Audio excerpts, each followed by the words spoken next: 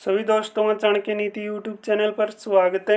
आइए दोस्तों, जो हमारे नेक्स्ट पर्सन है उनको देखते हैं। भाई जो भी साथी पहली बार चैनल पर आए वो चैनल को जरूर सब्सक्राइब करें। प्लेलिस्ट में जाकर पीछे की क्लासों का रिव्यू देखें। फ्री पोस्ट आपको पीडीएफ दी जा रही है, पीडीएफ भी आप ले सकते हैं। तो बिना देरी किए आज के क्वेश्चनों को देखते हैं। हरियाणा में उर्दू भाषा और साहित्य को बढ़ावा देने के लिए 1985 में किसकी स्थापना हुई है? भाई हरियाणा में उर्दू साहित्य और साहित्य को बढ़ावा देने के लिए किसकी स्थापना की गई? हरियाणा उर्दू अकादमी की स्थापना की गई। हरियाणा के अंदर उर्दू भाषा और साहित्य को बढ़ावा देने के लिए 1985 में।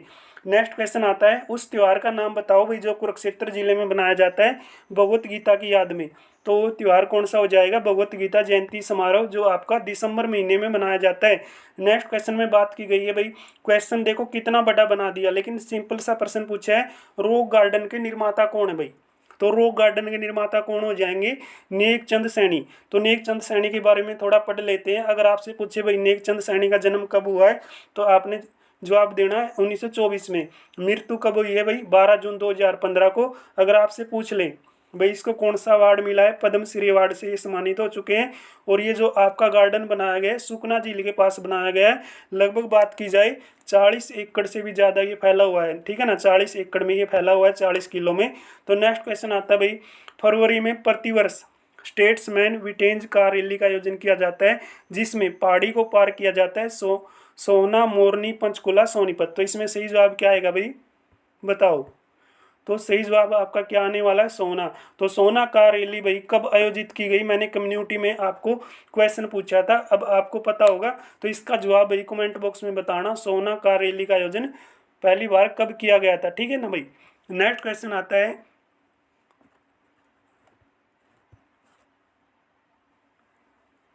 तो भिवानी जिले में पाई जाने वाली रेतीली मिट्टी की वजह से यहाँ प्रमुख रूप से उगाया जाता है। क्या उगाया जाता है भिवानी जिले में पाई जाने वाली रेतीली मिट्टी से?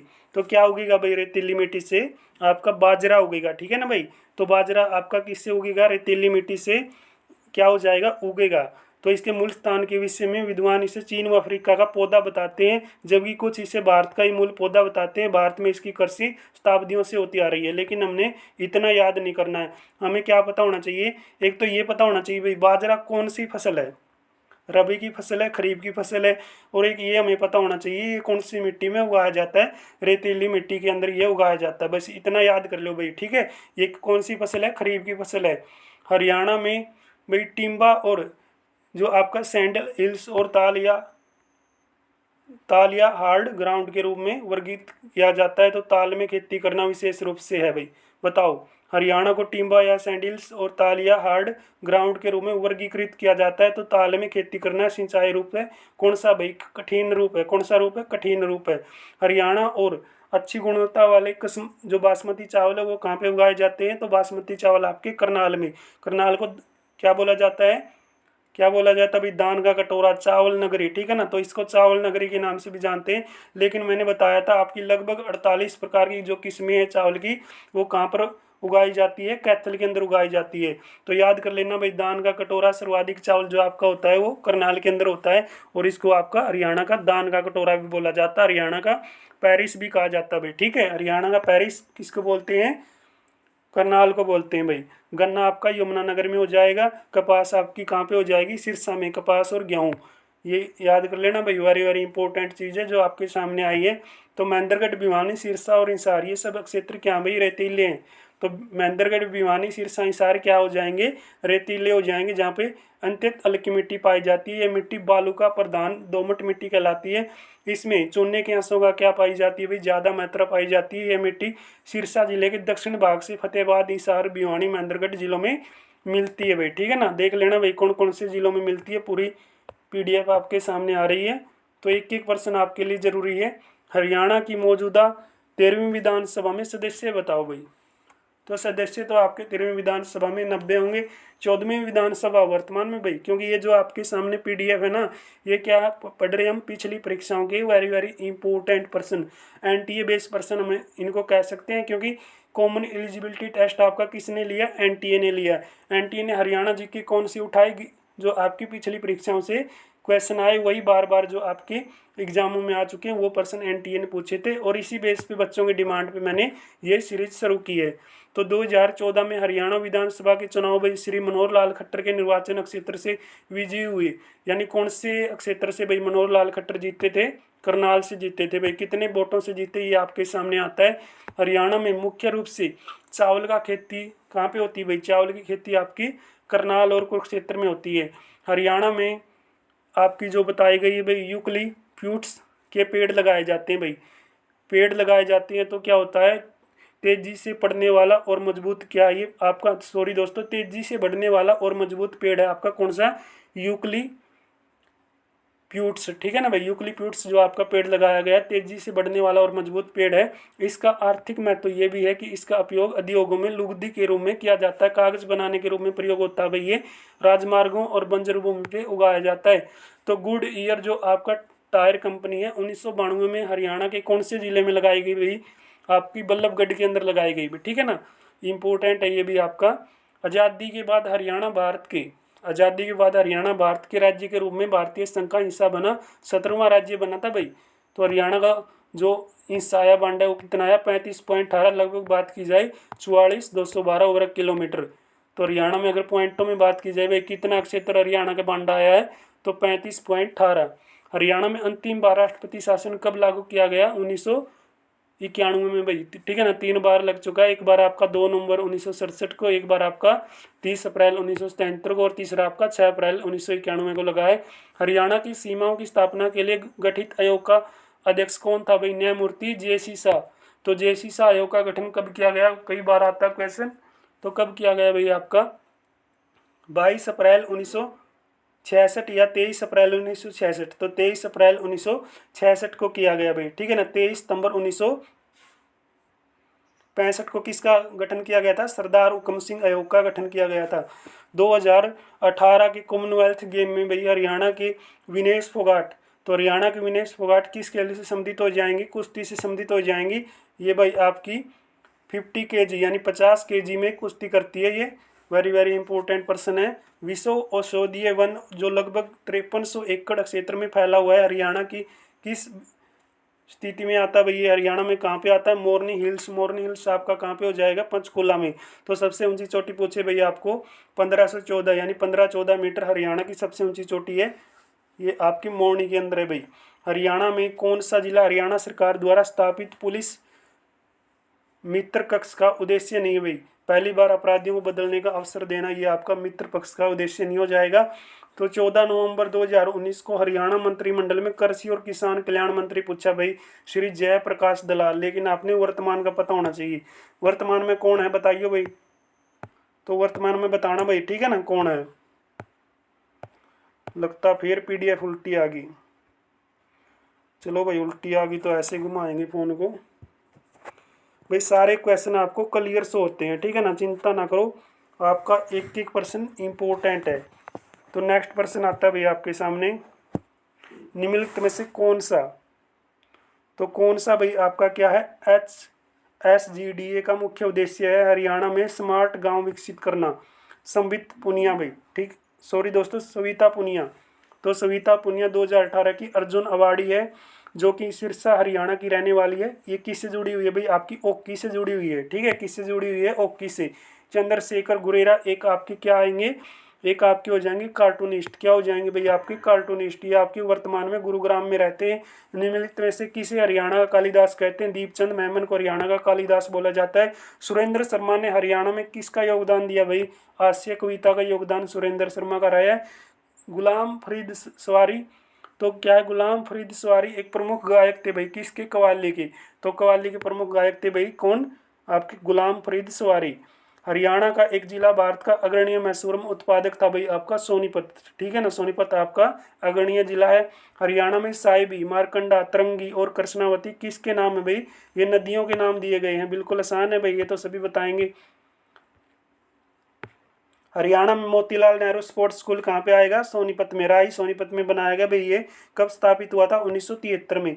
हरियाणा का कौन सा जिला किसी अन्य राज्य की सीमा को नहीं छूता भाई? वो आपका रोहतक जिला किसी भी राज्य की सीमा को नहीं छूता है। हरियाणा के झज्जर जिले के बादशाह गांव में निम्नलिखित में से किसका निर्माण किया गया भाई? बादशाह गांव में किस चीज़ का निर्माण हुआ है? राष्ट्रीय कैंसर संस्थान, जो आपकी झज्जर के अंदर आती है। ठीक है ना भाई, कहाँ पे आएगी? झज्जर जिले में। 2011 की जनगणना के अनुसार हरियाणा की कितनी परसेंट आबादी शहरों में रहती है? 34% आबादी शहरों के अंदर बसती है भाई। ये पूरे पूरे आंकड़े दिए गए हैं 2011 की जनगणना के अनुसार। एक नगर निगम एक ऐसा शहर स्थापित किया गया जिसकी आबादी लगभग कम है भाई, किससे? 10 लाख। ठीक है ना, किससे कम हो जाएगी? 10 लाख से कम जिसकी आबादी है, वो एक नगर निगम एक ऐसे शहर में स्थापित किया जाता है जिसकी आबादी 10 लाख से कम हो। तो नगर निगम, लगभग बात की जाए, जनसंख्या 10 लाख से अधिक है, वहाँ नगर निगम की स्थापना की जाती है। लेकिन आपसे क्वेश्चन क्या पूछा? नगर निगम एक ऐसे शहर में स्थापित किया जाता है जिसकी आबादी किससे कम नहीं है। तो किससे कम नहीं है भाई? 10 लाख से जिसकी आबादी कम नहीं है, वहाँ पे क्या है? नगर निगम की स्थापना नहीं होगी। ठीक है ना, जिन शहर क्षेत्रों की जनसंख्या 10 लाख से अधिक है, वहाँ पे क्या हो जाएगी? नगर निगम की स्थापना हो जाएगी। देख लो भैया पूरा के पूरा जो आपके सामने आंकड़े दिए गए हैं नगर निगम के बारे में। तो नेक्स्ट पर्सन की ओर पढ़ते हैं। तो नेक्स्ट पर्सन हमारा क्या बनेगा, क्या पढ़ेंगे हम? तो नेक्स्ट क्वेश्चन आता है भाई, के घूम जाए यार। हरियाणा की मौजूदा 13वीं विधानसभा सदस्य भाई, 13वीं विधानसभा के सदस्य है, 90 होंगे। ठीक है ना, कोई दिक्कतें नहीं होनी चाहिए। रुक जाओ भाई, रुक जाओ।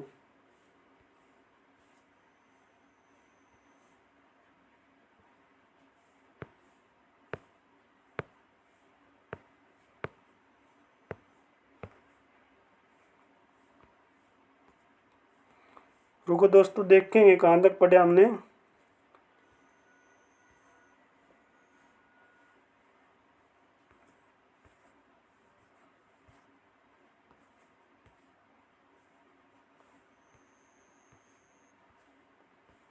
वेट करो 1-2 मिनट और, रुको यार।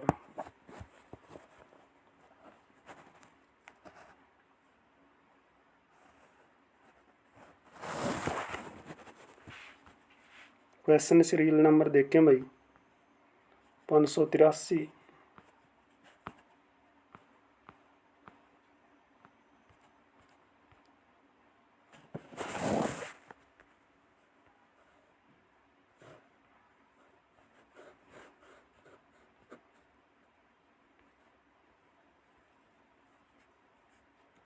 तो देखो भाई क्वेश्चन, तो क्या है? कलेश्वर वन में निम्नलिखित में से कौन से पेड़ पाए जाते हैं? साल के पेड़ पाए जाते हैं। ठीक है ना भाई, कलेश्वर की स्थापना 2003 में की गई, नेशनल पार्क का इसको दर्जा मिला है 2003 के अंदर। ये कहाँ पे? यमुनानगर में है। किस शहर को हरियाणा का पेरिस बोलते हैं? करनाल को बोल रहे हैं भाई, सारे जानो। करनाल को लिबर्टी शूज का भी जन्मदाता कहा जाता है। कर्ण नगरी करनाल्य, करनाल्य और हरियाणा का पेरिस। ठीक है ना। तो पंजाब पुनर्गठन अधिनियम लागू होने के बाद हरियाणा पर भारत एक स्वतंत्र राज्य बना 1 नवंबर 1966 को। राजपूत सेना का नेतृत्व किसने किया भाई? जब तराइन की पहली लड़ाई जीती थी पृथ्वीराज चौहान ने। तो पृथ्वीराज चौहान ने तराइन का पहला युद्ध जीता। तराइन का दूसरा युद्ध किसने जीता? मोहम्मद गौरी ने। तो तराइन का तीसरा युद्ध भाई 1215 में हुआ। देखो, अल्तमस उर्फ शमसुद्दीन और ताजुद्दीन चंदोज के बीच। ठीक है ना, ये आपके सामने है भाई, तराइन का तीसरा युद्ध 1215 में।